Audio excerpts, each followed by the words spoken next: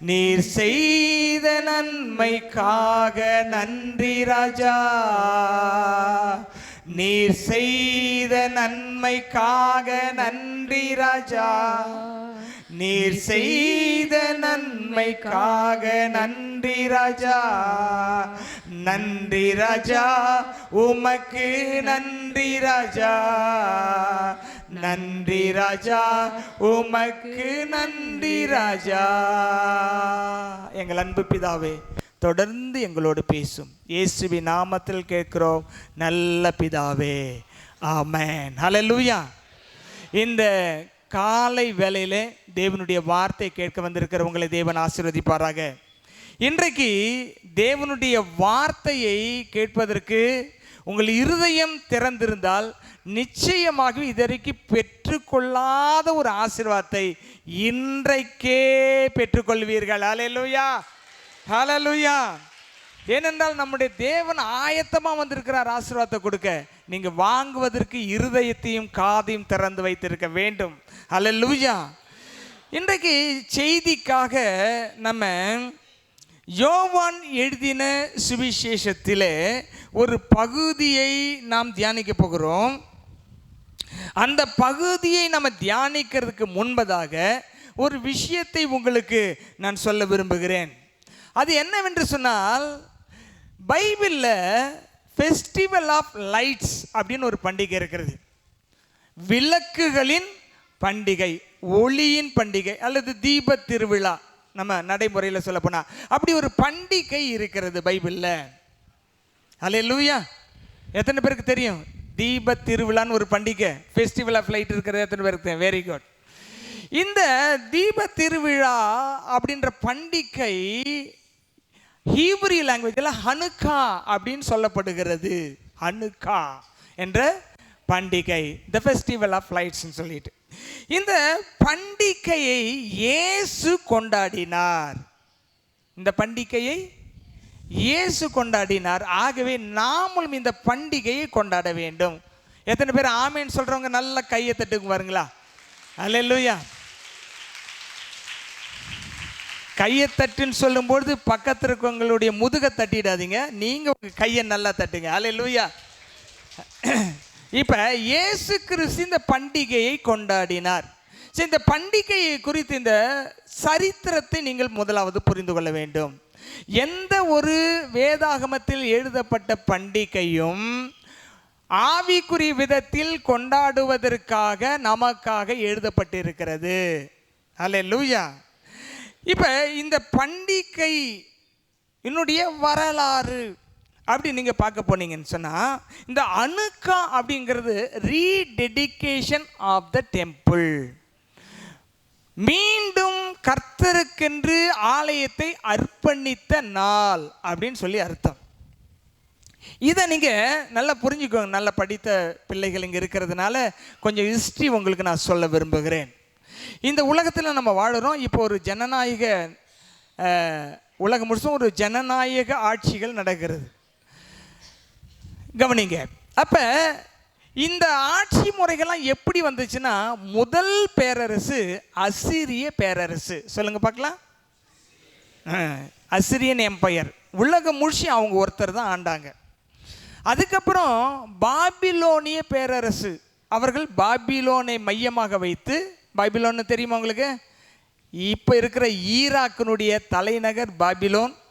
அங்கே தான் இருக்குது பாபிலோன். அந்த பாபிலோனை மையமாகிட்டு உலகம் முழுசும் 127 நாட்டுகள் ஆண்டாங்க. அப்போ 127 நாடு, இப்போ 200 சில்லரை வந்துருச்சு. அதுக்கப்புறம் இந்த பாபிலோனரை வீழ்த்தி மேதியர்களும் பெர்சியர்களும் வந்தார்கள்.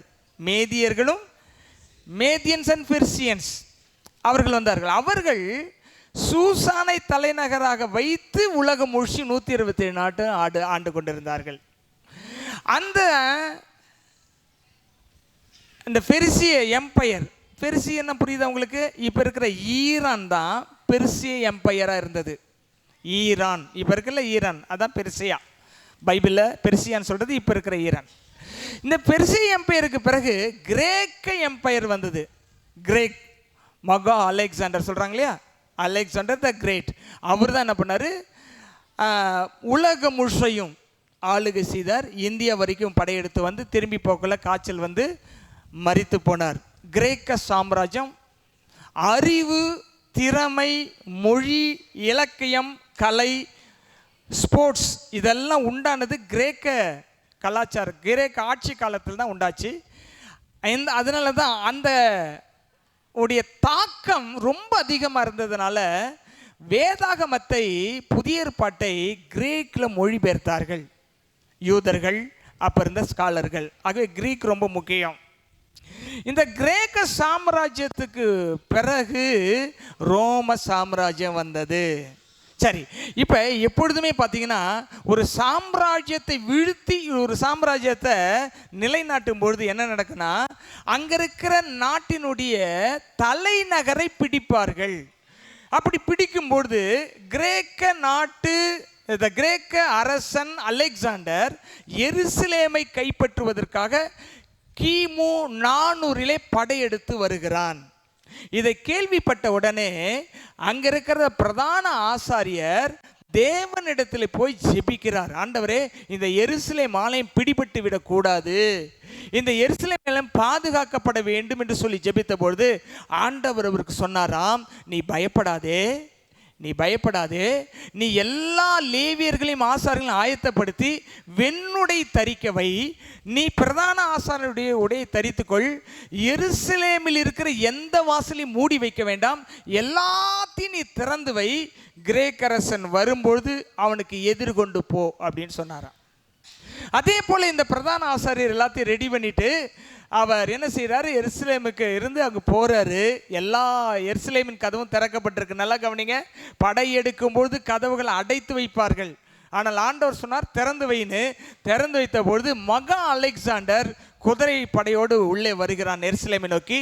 எருசலேமை நோக்கி வீரநடை போட்டு வரும்பொழுது இந்த பிரதான ஆசாரியனை பார்த்த உடனே குதிரை விட்டு இறங்கி வந்து அவரோடு சமரசமாகி அவருடைய ஜெபத்தையும் ஆசீர்வாதத்தையும் வாங்கினார். இதை பார்த்த உடனே மகா அலெக்சாண்டர் கூட இருந்ததான போர் சேவகர்களுக்கு, என்ன நம்ம அரசன் யுத்தம் பண்ணுறதுக்கு வந்தாக்கா இவர் இறங்கி போய் சமரசம் பண்ணி அவரோடு கூட ஐக்கியம் ஆயிட்டாருன்னு சொல்லிட்டு கேட்டாங்களாம். அப்போ சொன்னாராம், நேற்று இரவு என்னுடைய கனவிலே இப்படி வெள்ளுடை அறிந்து ஒரு பிரதான ஆசாரியன் இப்படி ஆசாரிய கூட்டத்தையும் பார்த்தேன், அவர்களோடு நான் ஒப்புரவாகிறதை கனவிலை காண்பித்தார், ஆகவே அவரோடு ஒப்புரவாகிறேன் என்று சொல்லி ஒப்புரவாகி எருசலேம் நகரத்தை கைப்பற்றாமல் எருசலேமை சுதந்திரமாக யூதர்கள் ஆசரிக்கும்படி விட்டு விட்டு போனார்கள். இப்படி அவர் சமரசம் பண்ணும்பொழுது தானியேலின் 9ஆம் அதிகாரம் 27ஆம் வசனத்தை இந்த பிரதான ஆசிரியர் எடுத்து காண்பித்து கிரேக்க அரசன் வருவான் என்று சொல்ல அந்த சத்தியத்தை அந்த மகா அலெக்சாண்டர் சொல்லும்போது நம்மளை பற்றி தானியேல் புத்தகத்தில் இவங்க இலக்கியத்தில் எழுதியிருக்குன்னு சொல்லி சந்தோஷமாக திரும்பி போனான். இது சரித்திரம். அல்லேலூயா. இப்போ மகா அலெக்சாண்டர் மரிச்சு போயிட்டாரு. மரிச்ச உடனே அவருக்கு 4 தளபதிகள் இருந்தார்கள். 4 தளபதிகள். 4 தளபதிகளும் 4 திசை பிரிச்சுக்கிட்டாங்க, ஈஸ்ட், வெஸ்ட், சவுத்து, நார்த்துன்னு. அப்படி பிரித்து என்ன செய்தாங்க, 4 பேர் ஆண்ட பொழுது இந்த நார்த்லேயும் சவுத்துலேயும் இருக்கிற அந்த தளபதிகள் ஈஸ்ட் வெஸ்ட்டில் இருக்கிறவங்களை கீழ்ப்படுத்தி முழு ராஜ்யத்தையும் 2ஆக பிரித்து ஆண்டுக்கு செய்தாங்க. அப்போ நார்த்தில் சீரியாவை தலைநகராக வச்சு ஆட்சி செய்தார்கள். இன்னொரு தளபதி எகிப்தை தலைநகராக வச்சு ஆட்சி செய்தார். அப்போ இன்னொரு தளபதி சொல்கிற பாருங்க, கிளியோபேட்ரான்னு சொல்கிறேன், அவங்க எத்தியோப்பியா தலைநகராக வச்சு ஆட்சி செஞ்சிட்டு இருந்தாங்க. அவங்களாம் விழுந்து போனாங்க. அவங்க எப்படி இறந்தாங்கன்னு உங்களுக்கு தெரியும், அது நமக்கு இப்போ வேண்டாம். ஆனால் இந்த 2 பேரும் ஆட்சி செய்கிற காலத்தில் சீரியாவில் அந்தியோகஸ் அப்படின்னு ஒரு மன்னன் இந்த எகிப்து நாட்டையும் பிடித்து ஒரே ராஜ்யமாக நானே முழு உலகத்தையும் ஆள வேண்டும் என்ற எண்ணத்தில் அவன் என்ன செய்கிறான், சீரியாவிலிருந்து சீரிய மன்னன் என்ன எங்கே வரான், எகிப்துக்கு நோக்கி படையெடுத்து வரும்பொழுது ரோம சாம்ராஜ்யம் எழும்பி கொண்டிருந்தது. அந்த ரோம சாம்ராஜ்யம் எழும்பி கொண்டிருக்கிற வேளையில் இவன் எகிப்தின் மீது படையெடுத்து போகும்பொழுது ரோம பிரதிநிதி ஒருத்தன் சொல்கிறான், நீ எகிப்தின் மீது கை வச்சினா எங்களை சந்திக்க வேண்டியிருக்கும் அப்படின்னு வான் பண்ணும்பொழுது இந்த அந்தியோகு என்ற என்ன செய்தான், பின்வாங்கி தன்னுடைய சொந்த நாட்டுக்கு போயிட்டான். சொந்த நாட்டுக்கு போயிட்ட பிறகு அவனுக்கு உள்ளத்தில் ஒரு விதமான ஒரு வெறி. என்ன வெறினா, சரி இந்த எருசலேமை நம்ம என்ன செய்யக்கூடாது, சும்மா விடக்கூடாது அப்படின்னு சொல்லிட்டு அவன் என்ன செய்தான், அந்தியோகஸ் 4 4வது அந்தியோகு என்கிறவன் எருசலேம் ஆலயத்துக்குள் அலெக்சாண்டர் போட்ட ஒப்பந்தமும் இவன் போட்ட ஒப்பந்தத்தையும் உடைத்து விட்டு அந்த எருசலேம் ஆலயத்திலே யூதர்கள் வழிபாடு செய்கிற அந்த வழிபாட்டை நிறுத்திவிட்டு அந்த கிரேக்க கடவுள்களை சியஸ் என்கிறதான ஒரு கடவுளை கொண்டு வந்து வைத்து அந்த கிரேக்க ஆசாரியர்களை அந்த பூஜை பண்ணும்படியாகவும் பலி செலுத்தும்படியாகவும் ஆலயத்தில் கொண்டு வந்து வைத்தான். இதை பார்த்த உடனே யூதர்களுக்கு பயங்கரமான கோபம். அது மட்டும் இல்லை, அந்த சிஎஸ் என்கிறதான அந்த தெய்வ சிலையை வச்சுட்டு இவன் என்ன பண்ணிட்டான்னா, அந்த சிலையினுடைய தலையை எடுத்துட்டு இவன் தலையை அதில் வச்சுட்டான். இவன் தலையில் வச்சு நான் தான் கடவுள் என்னை வணங்குங்கன்னு சொன்னான். நான் தான் கடவுள் என்னை வணங்குன்னு சொன்னான். அந்தியோகஸ் 4 1 2 3 4 வரும். இவனுக்கு இன்னொரு பேரை இவன் சேர்த்துக்கிட்டான், எபிபேனஸ் என்று ஒரு பேரை சேர்த்துக்கிட்டான். எபிபேனஸ்ன்னா உயிர்த்தெழுந்த கடவுள் அப்படின்னு அர்த்தம். உயிர்த்தெழுந்த கடவுள்னு அர்த்தம். அந்த பேரை அவன் சேர்த்துக்கிட்டான். இப்படி இருக்கிற சமயத்தில் இவன் என்ன பண்ணான்னா, யூதருடைய ஆலயத்தில் பலிபீடத்தில் பன்றியை போய் வெட்டி பலி செலுத்தி விட்டான். இது யூதர்களுக்கு பயங்கர கொந்தளிப்பாக இருந்தது. அதில் ஒரு லேவியன் இருந்தான், சாதாரண லேவியன். அவன் பேர் மத்தத்தியா. அந்த மத்தத்தியா என்ன பண்ணான்னா, இந்த சீரிய ஆர்மியில் இருக்கிற ஒரு போர் வீரனை குத்தி கொன்னுட்டான். குத்தி கொன்னுட்ட பிறகு பயங்கர போர் ஆரம்பிச்சிடுது. இந்த அந்தியோகஸ் போர் ஆரம்பித்த நாள் டிசம்பர் 25. இவங்க என்ன பண்ணாங்கன்னா, இந்த மத்தத்தியாவுக்கு 5 பையன்கள் இருந்தாங்க. அதில் ஜூதா மெக்கபீன்னு ஒருத்தர் இருந்தான். அவன் தன்னோடு கூட படைகளை சேர்த்துக்கிட்டு நம்ம தேவாலயத்தை தீட்டுப்படுத்தி பன்றியை பலி செலுத்தி இப்படி தேவன் வாசம் பண்ணுகிற மகா பரிசுத்த ஸ்தலத்தில் அந்தியோகஸ் எபிபேனஸனுடைய சிலையை கொண்டு வச்சிட்டான்னு சொல்லி மிகப்பெரிய புரட்சியை ஏற்படுத்தி அந்த அரசனுக்கு எதிராக யுத்தம் பண்ணிட்டு இருந்தான். 3 ஆண்டு காலம் யுத்தம் நடந்தது. 3 ஆண்டு கால யுத்தம் நடந்து இந்த ஜூதாஸ் மக்கபி என்ன பண்ணா, அந்த அந்தியோகு எபிபேனஸை துரத்தி விட்டான். அவன் சீரியா நாட்டுக்கு ஓடி போய் விட்டான். இப்போ இருக்கிற சீரியா நாடு தான் அப்பயே இருந்துச்சு.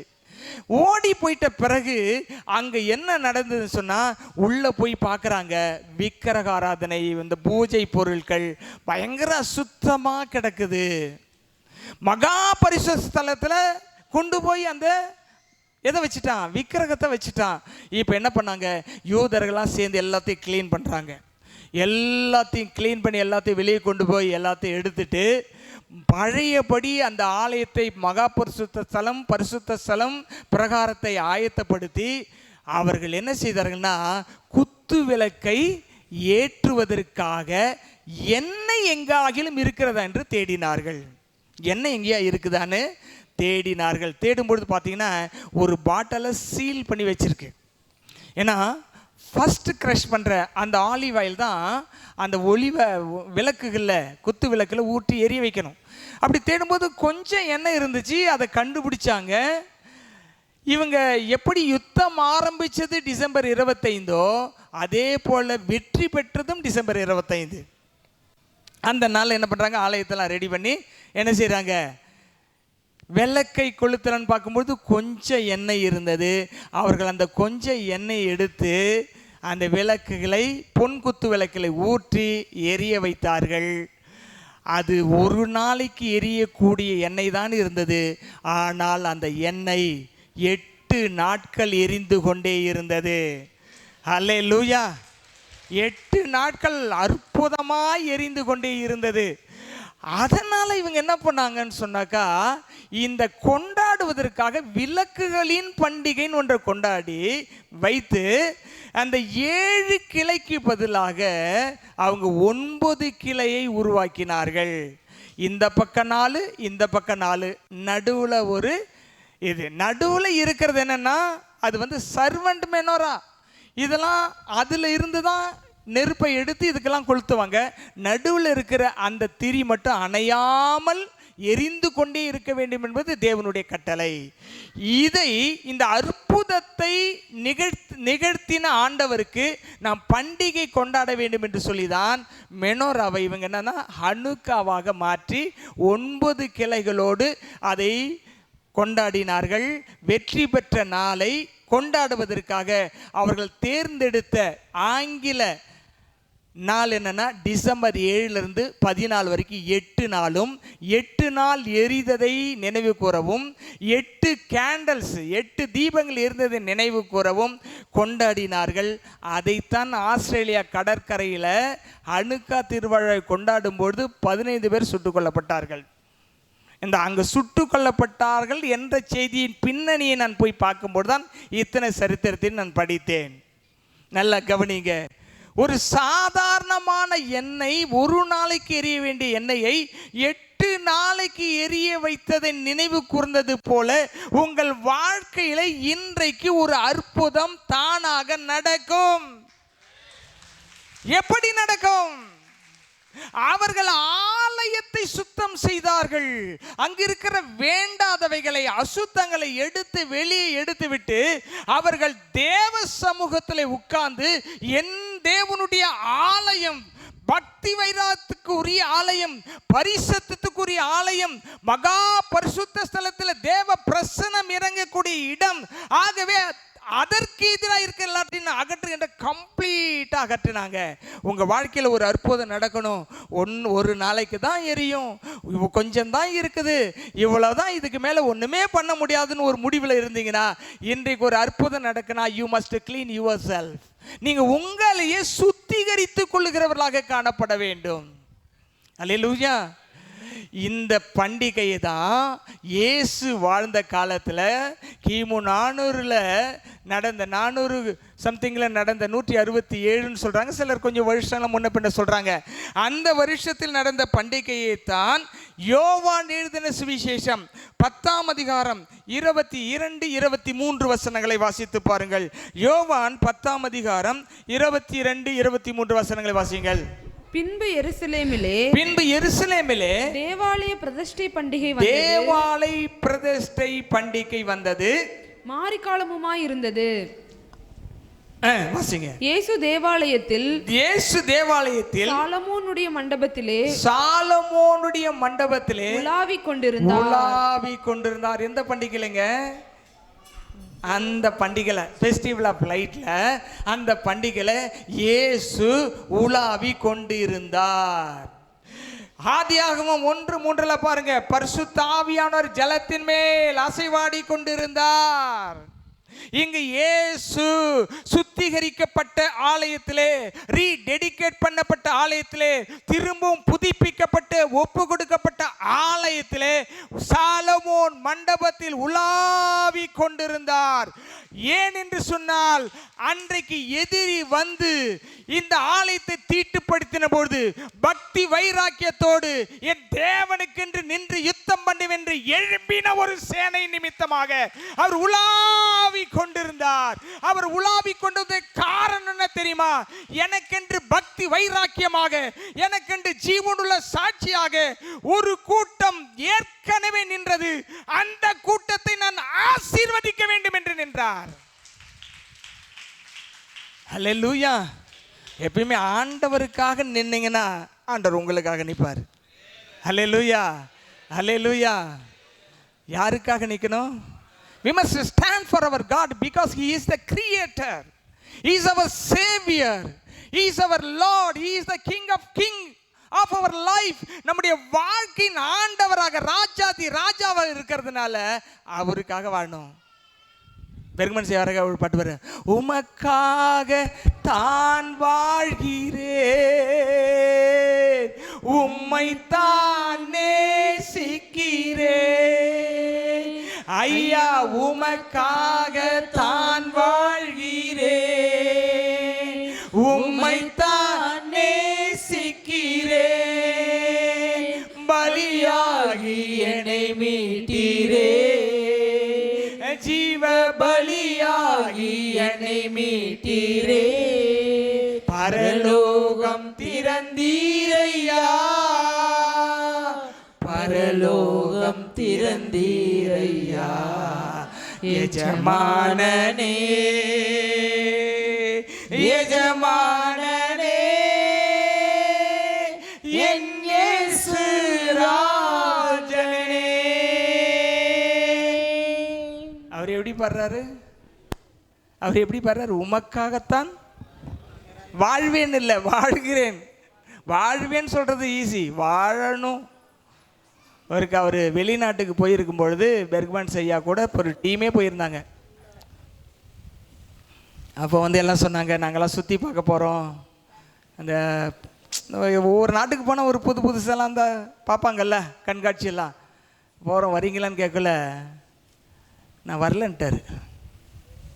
வரலன்ட்டு ரூமில் உட்காந்து ஜெபம் பண்ணிகிட்ருக்குள்ள ஒரு பாட்டு வச்சான், உம்மோடு இருப்பதுதான் உள்ளத்தின் வாஞ்சையா, உம் சித்தம் செய்வதுதான் இதயத்தின் ஏக்கமையா. எல்லாரும் விட்டுட்டு போயிட்டாங்க, தனியாக உட்கார்றாரு. உட்காரும்போது உள்ளத்திலிருந்து வருது, உம்மோடு இருப்பது தான். We must love our Lord Jesus Christ. நம்ம ஆண்டவரை நேசிக்கணும், அது ஒன்று தான் அவர் எதிர்பார்க்குறாரு. அல்லேலூயா. அதனால் இன்னைக்கு தந்தை பெர்க்மன்ஸ் அவர்களினுடைய பாடல்கள் சாதாரண மக்களுடைய இருதயத்தையும் போய் தொடர்றது காரணம், அவர் வாழ்கிறத பாடுறாரு. அவர் வாழ்கிறத பாடுறதுனால வாழ்க்கையை தொடுது. ஆகவே இந்த ஹனுக்கா என்கிறதான விளக்குகளின் பண்டிகையினுடைய கிளைகளில் இருக்கிற 7 விஷயம் எக்ஸ்ட்ரா 2 சேர்த்தாங்க. 7 விஷயத்தை ஏசாயா தீர்க்கதரிசி புஸ்தகம் 11ஆம் அதிகாரத்தில் 2ஆம் வசனத்தை எடுத்துக்கொள்ளுங்கள். ஏசாயா தீர்க்கதரிசி புஸ்தகம் 11ஆம் அதிகாரம் 2ஆம் வசனம். ஞானம், உணர்வு, அருளும் ஆவியும், ஆலோசனை, பலன், அருளும் ஆவியும், அறிவு, கர்த்தருக்கு பயப்படுகிற பயத்தையும் அருளும் ஆவியுமாகிய கர்த்தருடைய ஆவியானவர். 6 விஷயம் இருக்கும். 6 விஷயம். கடைசியா சொல்ல கர்த்தருடைய ஆவி, நடுவில் இருக்கிற அந்த தீபம், இந்த பக்கம் 3, இந்த பக்கம் 3. இந்த 6 குணங்களும் பரிசுத்தாவி பெற்றவங்களுக்கு இருக்கணும். இதை தான் ஏசாயா தீர்க்கதரிசி புஸ்தகத்தை எடுத்து இயேசு ஆலயத்தில் படிக்கிறாரு.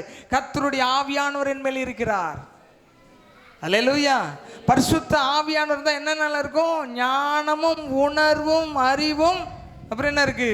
கர்த்தருக்கு பயப்படுதல், பயத்தையும் அருளும் ஆவியுமாகிய கர்த்தருடைய ஆவியானவர். கர்த்தருடைய ஆவியினுடைய 7 செயல்பாடுகள், தன்மைகள் நம்முடைய வாழ்க்கையில் இருக்கணும். அதான் பூரணம். மெனோரா 7 கிளைகள், பூரணம். கர்த்தருடைய ஆவியினுடைய 6 குணங்கள் அங்கே வெளிப்படுத்தப்பட்டிருக்கிறது. நம்முடைய வாழ்க்கையில பரிசுத்த ஆவியினுடைய அசைவாடுதல் ஒவ்வொரு விஷயத்திலும் இருக்கணும். ரொம்ப முக்கியம் அது. அல்லேலூயா. வெளிப்படுத்தல விசேஷம் 1ஆம் அதிகாரம் 20ஆம் வசனத்தை வாசியுங்கள். Revelation chapter 1 verse 20. அங்கு 7 பொன் குத்து விளக்கு மத்தியிலே உலாவுகிற என் வலது கரத்தில் நீ கண்ட 7 நட்சத்திரங்களின் ரகசியத்தையும் 7 பொன் குத்து விளக்கின் ரகசியத்தையும் எழுது. அந்த 7 நட்சத்திரங்களும் 7 சபைகளின் தூதர்களாம். நீ கண்ட 7 குத்து விளக்குகளும் 7 சபைகளாம். 7 சபைகள். ஹல்லேலூயா. 7 சபைக்குள்ள இருக்க வேண்டியது அபிஷேகம், பரிசுத்த ஆவியின் அபிஷேகம். வெறும் குத்து விளக்கு எரியாது. ஒளிவெண்ணெய் பிழிந்து ஊற்றி திரியை போட்டு கொளுத்தினால்தான் எரியும். நீங்கள் சபையில் இருக்கலாம், எரிகிறவர்களா இருக்க வேண்டும். யோவான் ஸ்நானகன் குறித்து இயேசு சொல்கிறார், அவர் எரிந்து பிரகாசிக்கிற விளக்காய் இருந்தான். நீங்களும் சில காலம் அவனுடைய வெளிச்சத்திலே களி கூற மனதாய் இருந்தீர்கள் சொன்னார். we must lit our light to the world. நம்ம இந்த உலகத்துக்கு வெளிச்சத்தை கொடுத்து கொண்டு இருக்க வேண்டும். we are so called the people of light. நம்ம தேவனுடைய வெளிச்சத்தின் பிள்ளைகள் என்று அழைக்கப்பட்டு கொண்டு இருக்கிறோம். எத்தனை பேருக்கு அது சந்தோஷமா இருக்கு? சந்தோஷம் இருக்கமா? ஒரு கையை தட்டி ஆண்டவருக்கு நன்றி சொல்லுவார்களா? பக்கத்தில் இருக்கவங்க பார்த்து சொல்லுங்க, நான் வெளிச்சத்தின் மகள் அப்படின்னு சொல்லுங்க. நீங்க மகன் சொல்லுங்க. நான் வெளிச்ச கையை பிடிச்சி சொல்லுங்க, நான் மத்த. அல்லேலூயா. ஆகவே சபை குத்துவிளக்கு, ஆனால் உள்ள இருக்கிறது அபிஷேகம், பரிசுத்தாவின் வல்லமை, கிருபை எல்லாம் இருக்கு. இதை பெற்றவர்களாக நீங்கள் காணப்பட வேண்டும். ஒரு வசனத்தை வாசிங்கள். 1 தெசலோனிக்கேயர் புஸ்தகம் 5ஆம் அதிகாரம் 19ஆம் வசனம். 1 தெசலோனிக்கேயர் சாப்டர் 5 verse 19. ஆவியை அவிழ்த்து போடாதிருங்கள். ஆவியை என்ன செய்யக்கூடாதா? அவிழ்த்து போடக்கூடாது. பாருங்க, நெருப்பு எரிஞ்சிட்டு இருந்துச்சு, இப்போ அணைச்சிட்டாங்க. அந்த மாதிரி நாம என்ன செய்யக்கூடாது? நெருப்பு, நமக்குள்ள இருக்கிற நெருப்பு என்ன செய்யக்கூடாது? எந்த காரணத்துக்கும் அணைக்கக்கூடாது. அல்லேலூயா, அல்லேலூயா. ஆவியை அவிழ்த்து போடக்கூடாது. சோறு வந்தா அவிழ்த்து போட்டுரும், பாவம் வந்தா அவிழ்த்து போட்டுரும், நிறுத்தி போட்டுரும். Hello hello listen. ஆவியை அவிழ்த்து போடக்கூடாது. அப்படின்னா எரிய வைத்து கொண்டே இருக்கணும். தினந்தோறும் அபிஷேகத்தில் நிரம்பிக் கொண்டே இருக்கணும். இந்த ஒலிவ எண்ணெயை பிழிந்து விளக்கில் தினந்தோறும் ஊற்றி கொண்டே இருக்க வேண்டும். விளக்கு இரவும் பகலும் எரிய வேண்டும், அணையக்கூடாது. சொல்லுங்க, என்னுடைய விளக்கு பரிசுத்தாவின் அபிஷேகத்தை பெற்ற பிறகு நான் எரிந்து கொண்டே இருப்பேன், எரிந்து கொண்டே இருப்பேன், நிறுத்தவே மாட்டேன், எரிந்து கொண்டே இருப்பேன், எப்போதுமே உமக்காய் என் உயிரும் வரை எரிந்து கொண்டே இருப்பேன், எரிந்து கொண்டே இருப்பேன்,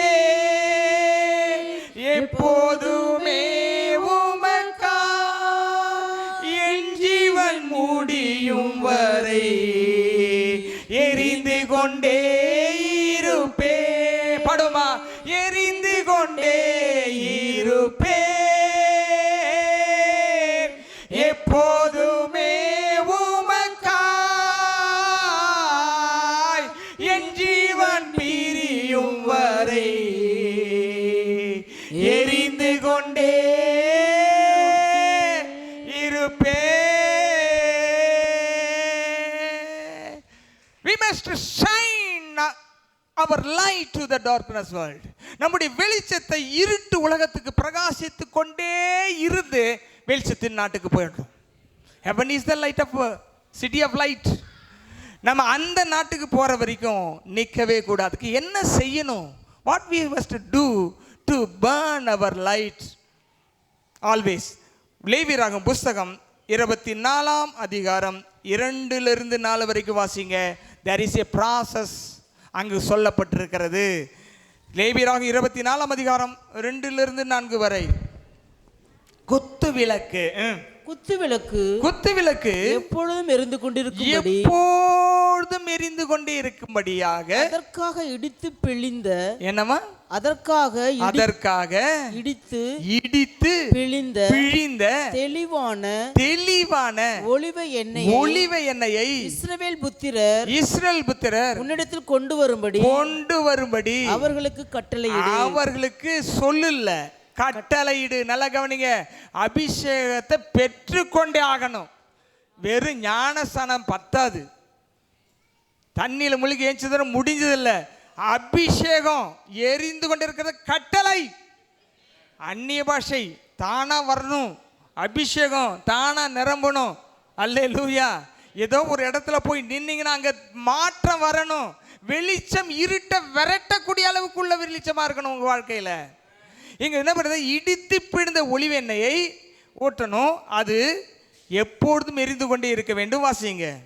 ஆசரிப்பு கூடாரத்தில் சாட்சி சந்நிதியின் திரைக்கு வெளிப்புறமாக ஆரோன் அதை எப்பொழுதும் சாயங்காலம் தொடங்கி விடியற்காலம் மட்டும் கர்த்தருடைய சந்நிதியில் எரியும்படி ஏற்ற கடவன் எரிந்து கொண்டே இருக்கணும். உங்கள் தலைமுறை தோறும் செய்ய வேண்டிய நித்திய கட்டளை. மாத்த முடியாதுங்க. பரிசுத்தாவி பெறாம வாழக்கூடாது. சபையே, விளக்கு இருக்கிறது, எண்ணெய் எங்கே, திரி எங்கே, கொளுத்தக்கூடியதானது தேவனுடைய வார்த்தை எங்கே? நித்திய காலமாக எரிய வேண்டியது அபிஷேகம். பழைய ஏற்பாட்டில் விசுவலான ஒரு பொன்குத்து விளக்கு, புதிய ஏற்பாட்டில் உள்ள இருக்கிறதான அந்த இருதயத்தில் எழுந்து எரிய வேண்டியதான அபிஷேக எண்ணெய் வேண்டும். அதான் பாடுறாங்க, நானும் அபிஷேக ஒலிவ மரம். என்ன மரம்? நம்ம அபிஷேகத்தை பெற்ற ஒலிவ மரம். அந்த எண்ணெய் குறையாம இருக்கணும். என்ன குறையக்கூடாது சொல்லுங்க. பக்கத்துல பாரு, எண்ணெய் குறையக்கூடாதுன்னு சொல்லுங்க பக்கத்துல. ஆமா, எண்ணெய் குறைஞ்சதுன்னா எண்ணெய் பார்க்க முடியாது, வேற யாரை தான் பார்க்கணும். அல்லேலூயா. அப்ப அபிஷேகம் நிரம்பிக் கொண்டு இருக்குது நித்திய கட்டளை. நான் விரும்பினா பரிசுத்தாய் பெற்றுக்கொள்ள, விரும்பாட்டி இல்லை, அருகையில் போகணும். நீங்கள் பாருங்க, புத்தி இல்லாத கன்னிகளுக்கு கிட்ட என்ன இல்லை. ஆமாம், இது என்னன்னு கொஞ்சம் குழப்பமாக தான் இருக்கும் போல் தெரியுது. அவங்க கையில் எது இல்லை? எண்ணெய் இல்லை. அதனால தான் ரிஜெக்ட் பண்ணப்பட்டாங்க. பரிசுத்தாவின் அபிஷேகத்தை கண்டிப்பாக பெற்று இதை கேட்கும் பொழுதே, நீங்கள் பரிசுத்தாவி வேணும் கேட்கும் பொழுது கர்த்தருடைய ஆவியானவர் உங்களை தொட்டு நிரப்புவார். அவர் இங்கு அசைவாடி கொண்டிருக்கிறார். அன்றைக்கு சாலமோன் மண்டபத்தில் அசைவாடின அதே தேவனுடைய கரம் இந்த ஆலயத்திலே அசைவாடி கொண்டிருக்கிறது. ஷபலரா கரமா ஷிகபரா சியலரபமா. அடுத்த ஒரு விஷயத்தை நம்ம கவனிக்கலாம். நம்ம எப்பொழுதும் எரிந்து கொண்டிருக்கும் வேண்டும் என்று சொன்னால் என்ன செய்யணும்னு சொன்னா, ரோமர் 8ஆம் அதிகாரம் 9ஆம் வசனத்தை பாருங்க. கிறிஸ்துவின் ஆவி இல்லாதவன் அவருடையவன் அல்ல. கிறிஸ்துவின் ஆவி இல்லாதவன். அப்ப நீங்க என்னதான் சபையில குத்து விளக்குல இருந்தாலும் உங்களுக்குள்ள ஆவி, பரிசுத்தாவின் ஆவியின் அபிஷேகம் இல்லைன்னா யாருக்கு சொந்தம் கிடையாது. You are not belongs to Christ. நீங்க கிறிஸ்துவுக்கு சொந்தம் கிடையாது. அதனால தான் வேதம் சொல்லுகிறது, பரிசுத்தாவியை பெற்றுக்கொள்ளுங்கள், கேளுங்கள், அப்பொழுது உங்களுக்கு கொடுக்கப்படும். மகன் தகப்பனிடத்தில் முட்டையை கேட்டால் அவன் தேலை கொடுக்க மாட்டான், மீனை கேட்டால் பாம்பை கொடுக்க மாட்டான், முட்டையை கேட்டால் கல் கொடுக்க மாட்டான், கேட்கறத தான் கொடுப்பான். அதே போல பரிசுத்த ஆவியானவரை நீங்க கேட்டீங்கன்னா பிதாவாகிய தேவன் ஏற்கனவே இயேசு கிறிஸ்து மூலமாக ரட்சிப்பை பெற்றவர்களுக்கு பரிசுத்த ஆவியை கொடுப்பார். அதிக நிச்சயம், அதிக நிச்சயம், அதிக நிச்சயம். இந்த கிறிஸ்துமஸ் நாளை ஒரு நல்ல செய்தி உங்களுக்கு சொல்லுகிறேன். வெளிச்சத்தின் பண்டிகை கொண்டாட வேண்டும் என்றால் புதிய ஏற்பாட்டிலே அபிஷேகம் உள்ளே இருந்தா நீங்கள் தான் வெளிச்சத்தின் பிள்ளைகள். வெளிச்சத்தின் பண்டிகையை உலகத்துக்கு கொடுத்து கொண்டிருக்கிறீர்கள். அல்லேலூயா. அப்ப என்ன, கிறிஸ்துவின் ஆவி உடையவர்களாக இருக்க வேண்டும். ஆவியின் அபிஷேகத்தினால் நிரப்பப்பட்டு காரியங்களை செய்ய வேண்டும். Whatever you want to do, start with the Holy Spirit, the guidance of the Holy Spirit, the will of God. இதோடு கூட ஆரம்பிக்கணும். இயேசுவின் வாழ்க்கையில் பரிசுத்த ஆவியானவர் வந்த பிறகு அவர் செய்த எல்லா சிறிய பெரிய எல்லா செயல்களும் பரிசுத்த ஆவியானவருடைய வழி நடத்துதல்படியே நடந்தார். வாசிக்கலாம். லூக்கா எழுதின சுவிசேஷம் 4ஆம் அதிகாரம் 1ஆம் வசனம். Look chapter 4 verse 1. அவர் இயேசு பரிசுத்த ஆவியில் நிறைந்தவராய் யோர்தானை விட்டு திரும்பி ஆவியானவராலே வனாந்தரத்திற்கு கொண்டு பரிசுத்தாவில் நிரம்பினார். ஒரு பிளேஸ்ல இருந்து இன்னொரு பிளேஸுக்கு போறதுக்கே பரிசுத்தாவின் நிரப்புதல் வேணுங்க. இங்க என்னன்னு போட்டு மறுபடியும் வாசிங்க, எல்லாரும் கவனிக்கிறீங்களா? இயேசு பரிசுத்த ஆவியினாலே நிறைந்தவராய் யோர்தானை விட்டு திரும்பி ஒரு இடத்துல இருந்து இன்னொரு இடத்துக்கு போறதுக்கு என்ன வேணும்? பரிசுத்த ஆவி நிரம்ப வரணும். வெள்ளை கோயிலிருந்து காங்கத்துக்கு போனா பெட்ரோல் வேணும் இல்லை? பெட்ரோல் இருக்க இல்லையோ, என்ன இருக்கணும்? அபிஷேகம் இருக்கணும். அந்த அபிஷேகம் உங்களை கொண்டு போகணும் காங்கேயத்துக்கு. நீங்க மட்டும் போகக்கூடாது, அபிஷேகத்தோட போகணும். அதான் இங்க சொல்லியிருக்கு, திரும்பினார் ஆவியானவராலே வனாந்தரத்துக்கு கொண்டு போகப்பட்டார். வனாந்தரம் தான். அங்க யார் கொண்டு போறான்றது முக்கியம், தேவன் கொண்டு போகணும். 14 வசனம். அதே பின்பு இயேசு ஆவியானவருடைய பலத்தினாலே கலிலேயாவுக்கு திரும்பி போனார். கலிலேயாவுக்கு திரும்ப என்னங்க, ஒரு ஊருக்கு போறது கூட பலன் வேண்டுமா? வழி நடத்தணும்னா எஸ், ஆவியானவருடைய பலத்தினாலே எங்க போனாரா?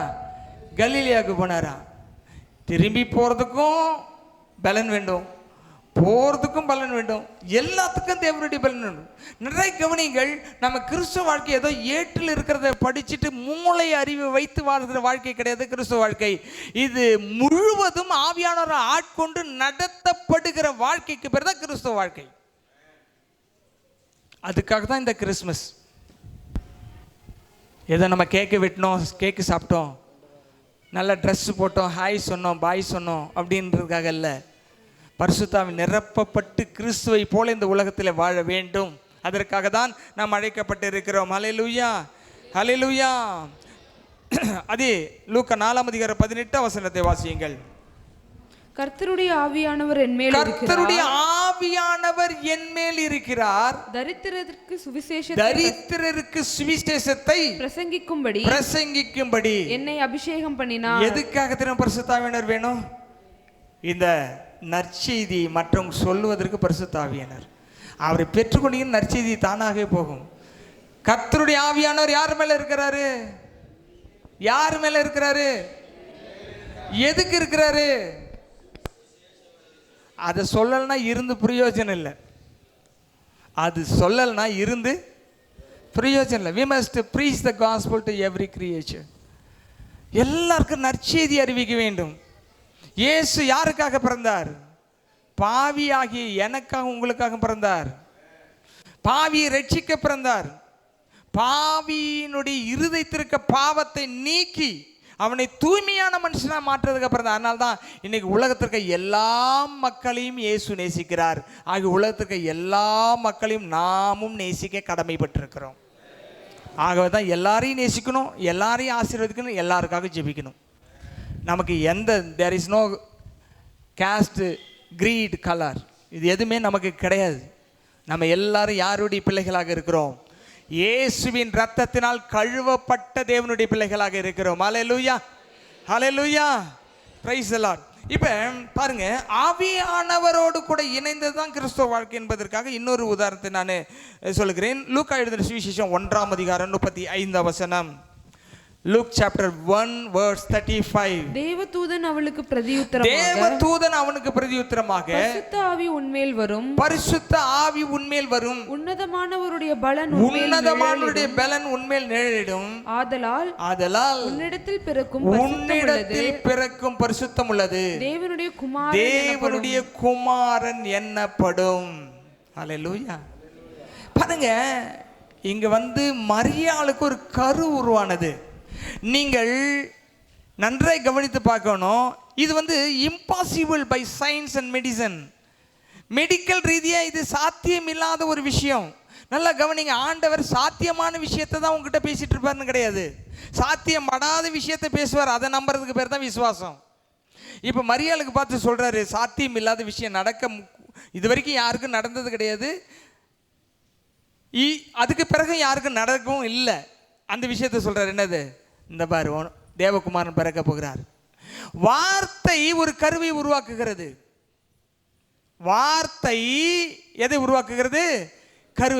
உங்களுடைய வாழ்க்கையில் ஏதாகிலும் ஒரு விஷயத்தை உருவாக்கணும், தேவனுடைய வார்த்தை கருவை உருவாக்க வேண்டும். தேவனுடைய வார்த்தை கருவாய் உருவாக்கினால் அந்த கரு தேவனுடைய குமாரன் என்று எண்ணப்படும். எப்படின்னா, தேவனால் இது வந்தது என்று சொல்லப்படும். ஆகதான் வார்த்தை வார்த்தை கருவாகிறது. கவிக்கோ அப்துல் ரஹ்மான் ஒரு கவிஞர், அவர் சொல்றார், வார்த்தை மாம்சமானதுன்னு ஒரு கவிதை எழுதியிருக்கார். கிடைச்சா படிச்சு பாருங்க. எதுலேருந்து எடுத்திருக்காருன்னா, யோவான் 1:14 எழுதியிருக்கிறார். அந்த வார்த்தை மாம்சமாகி கிருபையினாலும் சத்தியத்தினால் நிறைந்தவராய் நமக்குள்ளே. வார்த்தை மாம்சமாக வேண்டும். மாம்சத்துக்கு வார்த்தையை கொண்டு போய் வைக்கக்கூடாது. மாம்ச சிந்தனைக்கும் மாம்ச விருப்பத்துக்கும் வார்த்தையை கொண்டு வைக்கக்கூடாது. வார்த்தை மாம்சமாக வேண்டும். இங்கு என்ன நடக்கிறது என்று சொன்னால், வார்த்தை பரலோகத்திலிருந்து வருகிறது, கரு அவளுக்குள் உருவாகிறது. அதை குறித்து சொல்லப்படுகிறது, தேவனுடைய குமாரன் என்னப்படும். ஆகவேதான் நாம் எதை செய்தாலும் தேவனுடைய மகிமைக்காக செய்ய வேண்டும். நாம் எதை செய்தாலும் அவருடைய நாம உயர்த்தப்படுவதற்காக செய்ய வேண்டும். எல்லாம் அவருக்காக தான். அவருக்காக. அல்லேலூயா. ஒரு பாட்டு, அருமையான ஒரு பாட்டு, என்ன தெரியுமா? உங்க நாமம் உயரணும், இன்று மேன்மை அடையணும், பாடுவோம் அல்லேலூயா. உங்க நாமம் எல்லாம் சேர்ந்து பாடலாமா? இன்று மேன்மை அடையணும், பாடுவோம் அல்லேலூயா. ஹல்லேலூயா. கரத்தை அசைத்து ஹல்லேலூயா, ஹல்லேலூயா, ஹல்லேலூயா. யாவே ஹல்லேலூயா, யாவே ஹல்லேலூயா. பெருங்காற்று அடங்கி போகும், எக்கடலும் வழி திறக்கும், உந்தன் நாமம் உயர்த்தும் போது கண்மலையும் கரைந்து போகும். பெருங்காற்று அடங்கி போகும், எக்கடலும் வழி திறக்கும், உங்க நாமம் உயர்த்தும் போது கண்மலையும் கரைந்து போகும். இயேசுவே உம் நாமமே பெருகணும், அல்லேலூயா. இயேசுவே உம் நாமமே உயரணும், அல்லேலூயா. உங்க நாமம் உயரணும். கரங்களை உயர்த்தி சொல்லுவோம். இந்த மேன்மை அடையணும், பாடுவோம் அல்லேலூயா. கரங்களை உயர்த்தி, உங்க நாமம் உயரணும், இன்று மேன்மை அடையணும், பாடுவோம் அல்லேலூயா. மரியாளிடத்தில் தேவதூதன் வந்து சொல்லுகிறார், உன்னிடத்தில் பிறப்பது தேவனுடைய குமாரன் என்னப்படும்.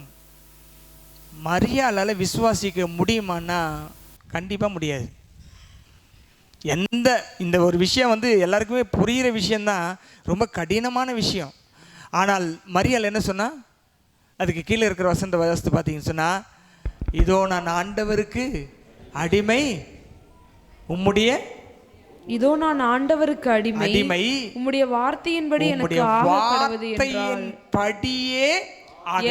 ஆக கடவது. எல்லாரும் சொல்லுங்க, உம்முடைய வார்த்தையின்படியே எனக்கு ஆக கடவது. அப்ப சாத்தியமற்றவைகளை, நடக்காதவைகளை உங்களுக்கு ஆண்டவர் வாக்குத்தத்தமா கொடுக்கும்பொழுது, அது அப்படியே நான் உமக்கு அடிமை, உம்முடைய வார்த்தையின்படி எனக்கு ஆக கடவுது. ஆண்டவர் எந்த ஒரு அற்புதமாக இருக்கலாம், ஆவிக்குரிய வளர்ச்சியாக இருக்கலாம், பொருளாதார வளர்ச்சியாக இருக்கலாம், சமுதாய அந்தஸ்தாக இருக்கலாம், திருமண காரியங்களாக இருக்கலாம், வீடு கட்டுறதா இருக்கலாம், what ever it may be, எது வேணா இருக்கலாம். ஆனால் நாம் யாருக்கு அடிமையாக ஒப்பு கொடுக்க வேண்டும்? முதலாவது ஆண்டவருடைய வார்த்தைக்கு அடிமை. ஆண்டவருக்கு அடிமை, உடைய வார்த்தையின்படி எனக்கு ஆக கடவுது. எல்லாரும் சொல்லுவோமா, நான் ஆண்டவருக்கு அடிமை. உங்க பேரை போட்டு சொல்லுங்க, ஐசக் ஆண்டவருக்கு அடிமை, அவருடைய வார்த்தையின்படி எனக்கு ஆக கடவுது. உங்க பேரை போட்டு சொல்லுங்க, உம்முடைய வார்த்தையின்படி எனக்கு ஆக கடவுது, உம்முடைய வார்த்தையின்படி எனக்கு ஆக கடவுது. அல்லேலூயா, அல்லேலூயா. அப்படி அந்த வார்த்தை தான் மாம்சமாகி இயேசுவாக இந்த உலகத்தில் வந்து நம்முடைய பாவங்களை அவர் தாமே முன் வந்து ஏற்றுக்கொண்டு நம்மளையெல்லாம் மீட்டு ரட்சித்து இன்றைக்கு உட்கார்ந்து உங்கள் நாமம் உயரணும்னு பாட வச்சிருக்கிறாரு. அல்லேலூயா, அல்லேலூயா. நம்மெல்லாம் பாடணும், சின்ன பிள்ளைகள்லாம் நல்லா ஆடினாங்க. என்ன மாதிரி டான்ஸ் அப்பா சாமி! நம்மளால் எப்படி தான் அந்த ஸ்ட்ரோக்கெலாம் போடுறாங்களா வளையிறாங்களா தெரியல. அல்லேலூயா, பயங்கரமாக இருக்குது. இன்னும் அடுத்த தலைமுறை வந்தால் எப்படி இருக்குன்னு தெரியல. ஆமாம், சோத்திரம். அல்லேலூயா. ஆமாம், கர்த்தருடைய நாமம் மகிமைப்படுவதாக. இன்னும் ஒரு வசனத்தை கூட நம்ம வாசிக்கலாம். லேவியராகமம் புஸ்தகத்தில் 24 அதிகாரத்தை மறுபடியும் உங்களுக்கு ஞாபகப்படுத்துகிறேன். அந்த மறுபடியும் வாசிங்க. இன்னொரு பகுதிக்கு நம்ம இது உதாரணத்தை நம்ம பார்க்க போகிறோம். வாசிங்க. குத்துவிளக்கு எப்பொழுதும் எரிந்து கொண்டிருக்க வேண்டும். அதற்காக இடித்து பிழிந்த தெளிவான ஒலிவ எண்ணெயை இஸ்ரவேல் புத்திரர் உன்னிடத்தில் கொண்டு வரும்படி அவர்களுக்கு கட்டளையிடு. அல்லேலூயா. போதும். இப்போ அவங்க ஆலயத்தை புதுப்பிச்சாங்க, யூதர்கள் புதுப்பிச்சாங்க, சரி பண்ணாங்க, எதிரி வீழ்த்தி துரத்தி விட்டாங்க, குத்து விளக்கை ஏற்றுனாங்க. நீங்கள் தினந்தோறும் குத்து விளக்கை ஏற்றினா என்ன செய்யணும்? காலையிலேருந்து பனிக்கு காலையிலேருந்து என்ன செய்யணும்? வெளியிலலாம் வரக்கூடாது, முட்டி போட்டுலாம் ஜெபிக்கக்கூடாது, நல்லா போத்தி அப்படியா எப்படி இருக்கணும்? எது இருந்தாலும் பரவாயில்ல, நான் தேவ சமூகத்தில் நிற்பன்னு வந்து நின்றுட்டோம்னா எல்லாமே நடக்கும். வாங்க உள்ளே வாங்க, எல்லாமே நடக்கும்.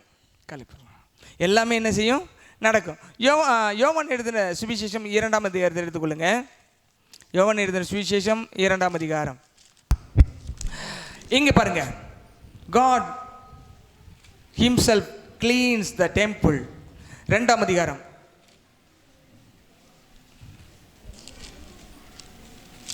அதில் நீங்கள் பார்த்தீங்கன்னு சொன்னால் ஆண்டவர் ஆலயத்தை சுத்தமாக்குகிறார். கயிற்றினால் ஒரு சவுக்கை உண்டு பண்ணி அவர்கள் யாவரையும் ஆடு மாடுகளையும் தேவாலயத்திற்கு புறம்பே துரத்திவிட்டு காசுக்காரருடைய பலகைகளை கொட்டி பலகைகளை கவிழ்த்து போட்டு புறாவிற்கு விற்கிறவர்களை நோக்கி 12 வாசிங்க. 12 அதன் பின்பு அவருடைய தாயாரும் அவருடைய சகோதரரும் அவருடைய ஸ்ரீஷரும் கப்பர்நாகூமிற்கு போய் அங்கே சில நாள் தங்கினார்கள்.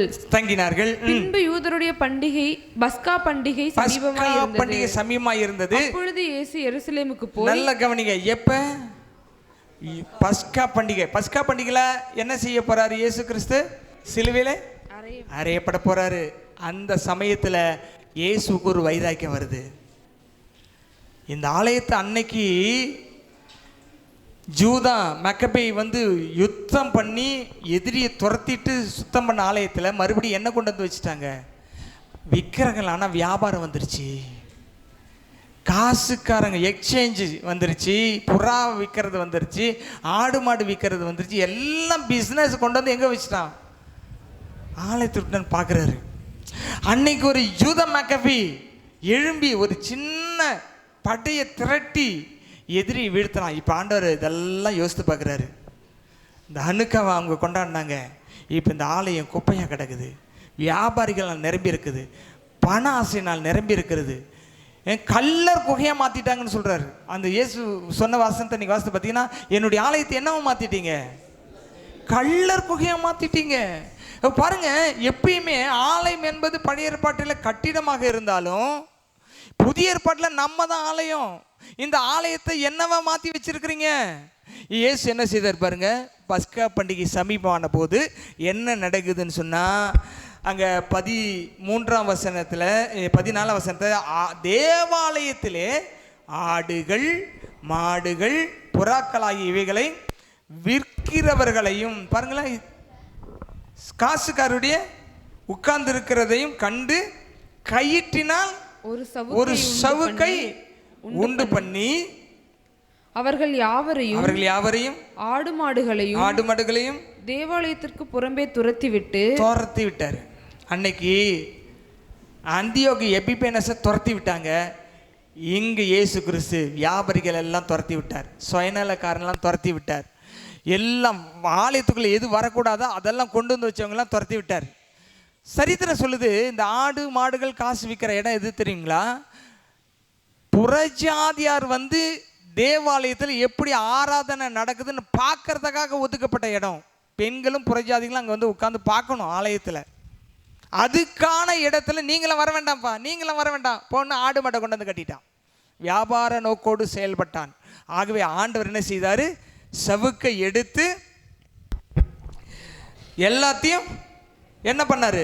துரத்தி விட்டு கவிழ்த்து போட்டு புறா விற்கிறவர்களுக்கு இவ்விடத்திலிருந்து எடுத்துக்கொண்டு போகல், என் பிதாவின் வீட்டை வியாபார வீடாக மாற்றாதீர்கள். நான் உங்களுக்கு சொல்கிறேன், எல்லாருமே ஏதோ ஒரு வேலை வியாபாரத்தில் தான் இருக்கிறீங்க. ஏங்க ஞாயிற்றுக்கிழமை வரலன்னா என்ன சொல்கிறோம்? இன்றைக்கி இங்கே வேலைக்கு போக வேண்டியது இருக்குங்க, சந்தைக்கு போக வேண்டியது இருக்குதுங்க, அப்புறம் கல்யாணத்துக்கு போக வேண்டியது இருக்குன்னு சொல்கிறீங்க பாருங்க. அதெல்லாம் நீங்கள் என்னவா மாற்றிட்டு இருக்கீங்க உங்கள் தேவனுடைய ஆலயத்தை? இன்றைக்கி மனம் திரும்புங்க. இந்த வர வருஷம் இந்த நாளிலிருந்து ஞாயிற்றுக்கிழமை தேவனுடைய ஆராதனையாக இருக்கலாம், ஸ்பெஷல் மீட்டிங்காக இருக்கலாம், எல்லா மீட்டிங்கும் எங்கே இருந்தீங்கன்னா நீங்கள் தேவனுடைய ஆலயம். அங்கே இருக்க வேண்டிய இடத்துல இருந்தால் தேவனுடைய ஆலயம், இல்லைன்னா வியாபார வீடு. தேவனுடைய வீடு என்ன வீடாக மாறி போச்சு சொல்கிறாங்க. போனால் தானே கஞ்சி குடிக்க முடியும், போனால் தானே பணம் சம்பாதிக்க முடியும், போனால் தானே வேலை கிடைக்கும். உங்களை உண்டாக்குன தேவனுக்கு தெரியாதா? அவரை தேடி பாருங்க. ஆண்டவரை ஆராதிப்புக்கு தடையான ஒரு வேலையை தர மாட்டார், ஆராதிக்கும்படியான புது வேலையை தருவார். அல்லேலூயா, அல்லேலூயா. அப்படி சொல்லிட்டு ஆண்டவர் சொல்றாரு, இங்க கவனிங்க 17ஆம் வசனம், அப்பொழுது உம்முடைய வீட்டை குறித்து உண்டான பக்தி வைராக்கியம் என்னை பட்சித்தது என்று எழுதியிருக்கிறதை அவருடைய சீஷர்கள் நினைவு கூர்ந்தார்கள்.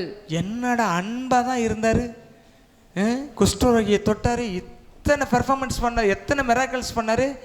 இது மாதிரி நம்ம ஒரு நாள் கூட சவுக்கு எடுத்து அடிச்சு வரட்டி துரத்துறாரு. ஒன்று நினைக்கிறாங்க, எதை நினைக்கிறாங்க? உம்முடைய ஆலயத்து குறித்து உண்டான பக்தி வைராக்கியம் என்னை, உங்கள் வாழ்க்கையை சுத்தமாக வச்சுக்கிறதுக்கு உங்களுக்கு ஒரு வைராக்கியம் வந்துச்சுன்னா நீங்கள் கேட்குறதெல்லாம் கர்த்தர் கொடுப்பார். நீங்கள் கேட்குறதெல்லாம் பக்தி வைராக்கியம் வரணும், பரிசுத்தமாக வாழ்கிறதுக்கு, கர்த்தருக்காக வாழ்கிறதுக்கு. அன்றைக்கி ஜூதா மெக்கபிக்கு அந்த வைராக்கியம் வந்தது, இயேசுக்கு அந்த வைராக்கியம் வந்தது. நான் எனக்கு உங்களுக்கு அந்த பக்தி வைராக்கியம் வந்துச்சுன்னா everything will be provided by God to you. உங்களுக்கு தேவனிடத்தில் எல்லாம் கொடுக்கப்படும். யோவான் 14:14 சொல்லி இருக்கிறது, என் நாமத்தினால் நீங்கள் எதை கேட்டாலும் அதை நான் செய்வேன். பிராமிஸ் பண்ணி இருக்கிறாரு. தேவனுக்கு மரியாள் அடிமையாக ஒப்பு கொடுத்தால், இயேசு கிறிஸ்து பக்தி வைராக்கியத்தோடு எழுந்து நின்று சேவை செய்தார், அந்த பக்தி வைராக்கியத்தோடு செயல்பட்டார். இந்த காலை வேளையில் தேவனுடைய வார்த்தையை கேட்கிற நீங்கள் ஒவ்வொருவரும் தேவனுக்கென்று உங்கள் வாழ்க்கையை அர்ப்பணிக்கும் பொழுது என்ன நடக்கு தெரியுமா? ஆண்டவர் ஒரு நாள் எரிய வேண்டிய எண்ணெயை 8 நாட்கள் எரிய வைத்தது போல கொஞ்சத்தை அதிகமாக்குவார். கர்த்தருடைய ஆலயத்தை குறித்து, உங்கள் வாழ்க்கை குறித்து ஒரு பக்தி வைராக்கியம் வந்துவிட்டால் தேவன் குறைவை நிறைவாக மாற்றுவார். உங்கள் சொந்த முயற்சியில் அல்ல, உங்கள் சொந்த பலத்தில் அல்ல, உங்கள் சொந்த திறமையில் அல்ல, ஆண்டவருக்கு என்று வைராக்கியமாய் இருக்கிறவர்களுக்கு ஒரு அற்புதம் நடக்கும். கண்களை மூடி ஆண்டவரை நோக்கி பார்ப்போம். எத்தனை பேருக்கு அற்புதம் நடக்க வேண்டும்? அன்னைக்கு அந்த மினோராவில் ஒரு அற்புதம் நடைபெற்றது. இன்றைக்கு என் வாழ்க்கையில் ஒரு அற்புதம் நடக்க வேண்டும். அது எது வேணா இருக்கலாம். அப்படிப்பட்டவர்களை சீக்கிரமாக எழுந்து நில்லுங்க. உங்களுக்காக நான் ஜெபிக்க விரும்புகிறேன். Thank you Jesus, thank you Jesus, thank you Jesus. Hallelujah, hallelujah, hallelujah, hallelujah. தகப்பனை எழுந்து நிற்கிறவருடைய பிள்ளைகளுக்காக ஜெபிக்கிறேன். அவருடைய வாழ்க்கையில் உம்மை ஆராதிப்பதற்கு தடையாக வியாபாரம் இருக்கும் என்று சொன்னால் அவைகள் இயேசுவின் நாமத்தில் விலகுவதாக. உம்மை ஆராதிக்கும்படியான வியாபாரமும் வேலை அவர்களுக்கு உண்டாவதாக, பெருகுவதாக, நிலைத்திருப்பதாக. குழந்தை பாக்கியம் இல்லாதவர்களுக்கு இயேசுவின் நாமத்தினாலே வார்த்தை கருவை உண்டாக்குவதாக. நம்முடைய வாக்குத்தத்தம் ஆசீர்வாதத்தை கொடுப்பதாக. ஆண்டவர் எந்தெந்த தேவையோடு இடம் வேண்டும், வீடு வேண்டும், வேலை வேண்டும், திருமணம் நடைபெற வேண்டும், எனக்கு புதிதாக காரியங்கள் நடைபெற வேண்டும், பொருளாதார உயர்வு வேண்டும், சமுதாய அந்தஸ்து வேண்டும், ஆவிக்குரிய வளர்ச்சி வேண்டும் என்று எதையெல்லாம் உடைய பிள்ளைகள் கேட்கிறார்களோ அவர்கள் ஒவ்வொருவருக்கும் பரலோகத்தின் தேவனுடைய கரம் ஆசீர்வாதத்தை அனுப்புவதாக. Right now I pray in the name of Jesus. Right now I pray in the name of Jesus. Receive it in the name of Jesus. Receive it in the name of. கரங்களை தட்டி அதை பெற்றுக்கொள்ளுங்கள், பெற்றுக்கொள்ளுங்கள், பெற்றுக்கொள்ளுங்கள். ஹalleluya. விசேஷமாக பரிசுத்தாவின் அபிஷேகம், பரிசுத்தாவின் வல்லமை, பரிசுத்தாவின் அபிஷேகம், பரிசுத்த ஆவின் வல்லமை எத்தனை பேர் வாஞ்சிக்கிறார்களோ இப்பொழுதே உம்முடைய வல்லமை ஒருவரை நிரப்புவதாக, ஒருவரை நிரப்புவதாக. அவருடைய ஆவி, ஆத்மா, சரீரம் செழிப்பாக மாறுவதாக.